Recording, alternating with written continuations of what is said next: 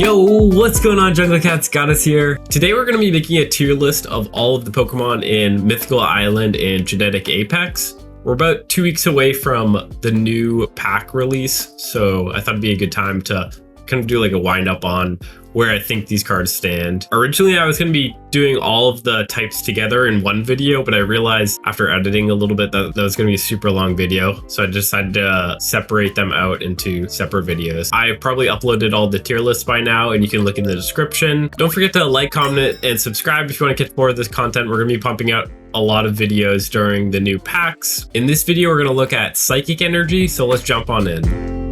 Alright, now we're jumping into Psychic Pokemon. Woo! Alright, so jumping into it, we got Clefairy and Clefable. Clefairy is pretty basic stat line. I guess that just goes to C, right? Clefable's a little bit better. I mean, 100 HP and 40 damage is pretty solid. Only requires 1 energy as well. I haven't played this too much, but yeah, I think it's all around a pretty solid card. Alright, well now we're heading into the Alakazam line. I'm pretty tempted to put this in S tier. This is a really good card, and I think right now in the meta it's especially good just because there's a lot of cards like Celebi and Gyarados that are requiring a lot of energy. So I think this is probably like the bottom of S tier, but it does a ton of damage and it's got some decent HP on it. It does a ton of damage. It does 60 with 30 more for each energy they have, and it has 130 HP. Yeah, it's just a really good card. It's been doing really well for me recently. I think it's just pretty solid. Pretty great card. Maybe like the bottom of S tier, but I think it's still an S tier card. Kadabra, the 3 energy with Kadabra is a little bit awkward. So usually I feel like I don't get that attack off where I'd like to get it off a little bit more, but it leads into Alakazam. I'd probably put it in B tier, honestly, because usually you don't get that attack off. You're not attacking until you get the Alakazam. So it's a little bit awkward. Abra's pretty base card. It's in a great line. The teleport with it can be really good. Just get that 1 energy on it early and then bop it back. It's very much just like the new Magikarp. Then we have the Slowpoke and Slowbro. Yes, Slowpoke I really don't like. I feel like I've said this a ton of times. I don't like 2 energy on a base Pokemon, so probably bottom of C tier. Slowpoke can do some decent damage. Probably stays a little bit better than Kadabra just because it does a bit more and has a little bit more HP, so you don't mind having it stand by itself. I think there's definitely better Pokemon in Psychic than it, but it's a fine one. Can do decently well. Then we have the Gengar line. Ghastly, pretty standard. Stat line, pretty decent. The base Haunter, I honestly prefer over the new promo Haunter just because 30 damage is decent and has some decent HP as well. Most of the time I would prefer to be doing 30 damage than risk a 50 coin flip. So I think it's just a little bit stronger. Typically play that when I'm playing my Gengar line. The flipping Haunter, maybe like just because it's a coin flip, I would say top of B tier, but the 50 damage is pretty good. Then we have the base Gengar. I don't know if this holds up as well as some of the other base Pokemon compared to their EX versions. I think it's pretty good, but the main benefit of it is that it only requires 1 energy. So that goes well with the Haunter line. But I mean, what that usually means is that you're kind of wanting to build something else up, and this isn't like the finishing card. Probably would put it at top of like B tier for that reason, or maybe like just below this Haunter just because it has decent HP. Then the Gengar EX, what a goated card. Love this card. Yeah, this would probably be right above Alakazam, but at like the bottom of S tier. Insane HP, great damage, great ability. Just one of the most unique cards I would say in the game, and just like an EX Pokemon with an ability that's just like, you just know that's going to be good. It's just such a good card. Definitely one of the more underrated EX Pokemon. I mean, once you get it out, you're in just like such a good winning position most of the time. It's really hard to come back from for the enemy. Then we have Hypno and Drowsy. Hypno is really good. I typically don't like attack with these cards. I'll just have like Hypno in the background, but its ability is pretty strong. You are doing the flipping, which is kind of a downside, but just being able to do that and put your opponent's enemy asleep is pretty good. Typically, I don't want to be attacking with these, so I think Drowsy I probably put at the like bottom of C tier for that reason, because I just like never use Drowsy. I'm just trying to get it to Hypno. Then we have Mr. Mime. This kind of falls falls into like the basic Pokemon with 2 energy. I feel like they're a little bit awkward. This is definitely one of the stronger ones, but I still just we don't use it as much. Then talking about that, this is actually one that's really good. Basic Pokemon with 2 energy is Jinx, just because its attack and build up very much like Alakazam's. So I think this is a good addition to a lot of decks. It's pretty solid stat line, and just being able to like increase your attack with how much energy they have is really good. I think that has become better, just like Alakazam, with the type of meta that we've been in. Yeah, overall, I'd say it's a pretty solid card. Gardevoir in the Gardevoir line. Gardevoir's got to go like top A tier. Best support card in the game. Just easy W's for Mewtwo with this. And I think it does really well against like defending against Sabrina. It can tank a hit from most Pokemon. So if they do Sabrina you and you have to put this in like late game, then you can tank that hit and probably get it out with its Psy Shadow ability, which can be really good. So yeah, overall solid card. I'd say Kirlia and Ralts fall on the flatter side. Probably put them at the bottom of B and C tier, just because their attacks don't really do that much. And yeah, you're really not trying to have them out. You really want to have them in the back line and just hope that you draw your Gardevoir. I don't think they're that strong. They're only getting put there really because of Gardevoir. I don't think there's any other reason.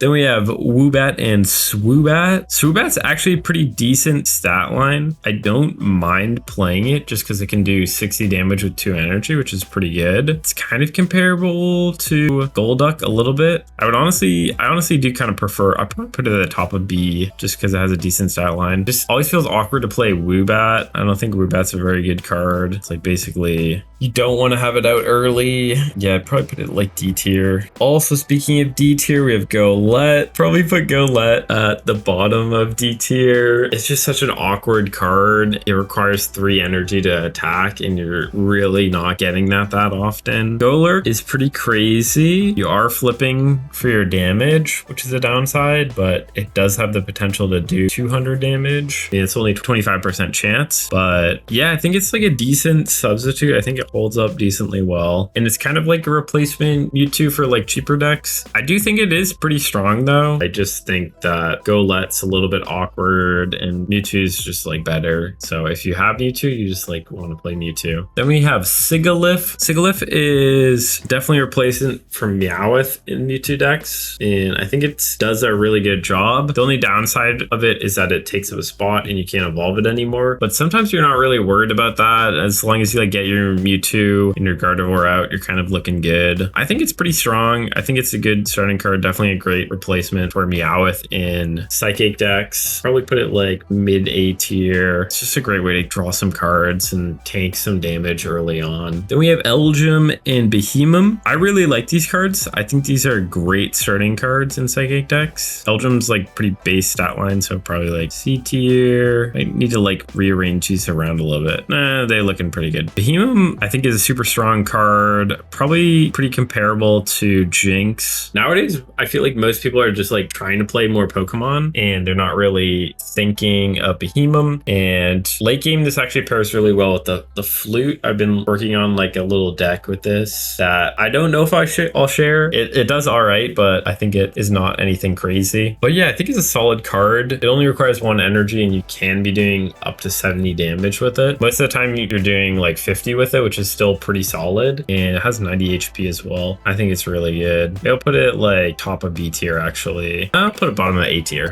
I think it's pretty solid. Then we have the Florges line, and I think this is one of the most slept on cards. I think this is super good. I'll put it like the top of A tier, not quite S tier, but you're doing 80 damage with it with like 2 energy, and you're also having like a Butterfree effect and healing all of your Pokemon, and it has 120 HP, and I think the 120 HP is kind of what like is the icing on the cake for this card. If it was lower than that, I don't think it would do as well. This can like hold in there for a couple turns late game and do pretty well. And if you can recover the HP on the Pokemon that you had in previously, if you pull it out in time. And yeah, I think it's an insane card. I think it has a really strong line as well. Floette, I'd probably have to put honestly like right up here. Floette just does 40 damage and heals 10. And there's not like a lot of Pokemon that are really good when you go first first, this is one of them. Like if you go first, you can evolve into this on your like second turn and attack immediately to do 40 damage, which is really good. And if they've attacked you, you're healing back 10 as well. So it puts you in a really good position if you draw little baby into this and you go first. It also works if you go second. You can sleep them with Flabebe. I think Flabebe is pretty strong as well. Basically just like a Jigglypuff in a great line with the Florges line. So yeah, it's been one of my favorite cards to play recently. I think the Florges line is really good, super powerful, 10 out of 10. Then we have Slurpuff and Swirlix. Pretty solid card. Swirlix I think is base stat line, so probably put it C tier, maybe like bottom C tier. I think we should move Ghastly up a little bit. And then Slurpuff I think is on kind of the higher end. Probably put this like, it's pretty comparable to Clefable, I would say. You do need one more energy, but it has the same HP. Yeah, I'd probably put it around like mid B tier. Seems like a good place for it. Then finally, we're getting into the Mews and the Mewtwo's. Some of the best cards in the game. You know, Psychic actually has like a lot of S tier cards, which is kind of crazy. But probably got to start off with Mew. Ooh, this card's just really not that good. Like, yeah, you just can't really play it by, I mean, you have to play it by itself and it's like not that good. You're not really getting that much information. You can't evolve it at all. Probably you got to put that like top of D tier or something like that. Yeah, man, I don't know. Then we got, I guess we'll do the Mew EX. This is like the most versatile card in the game. I would probably put this, I would put this S tier. I think it's going to be played in a lot of different types of decks. And it's just a one card counter to like most EX Pokemon. It's just super strong. And I think it is a little bit better than Mew too. Just like the lore. I don't know. When they go up against each other, I think it's better than Mewtwo because Mew can beat Mewtwo when they go up against each other. And Mew can also be played in a lot more decks. Mewtwo is a really strong card. And if you have Gardevoir in it, you just win the game. But Mew is a really good counter to Mewtwo. So I think it goes slightly above. I think Mew's just got to be like one of the best cards in the game. And I love that it really reflects the Pokemon because if you're not playing against an EX deck, then it's not putting out as much damage against them because it's like mirroring their attack. Mew doesn't feel as strong against like non-EX decks. But yeah, I guess that's why I'm kind of like, oh, which one's better? Because Mewtwo is definitely strong against all type of decks, but Mew can kind of struggle against non-EX decks a little bit more. But typically most people are playing EX decks at this point. We'll put Mew at the top. I think Mew deserves it. Then we have base Mew. I think this is a great card in Mew deck. It's a great way to take some damage, and I think it's become really even better with Leaf in the game. Just can retreat really easy. Maybe this like lower A. Yeah, maybe at the bottom of A, honestly. We'll say about there.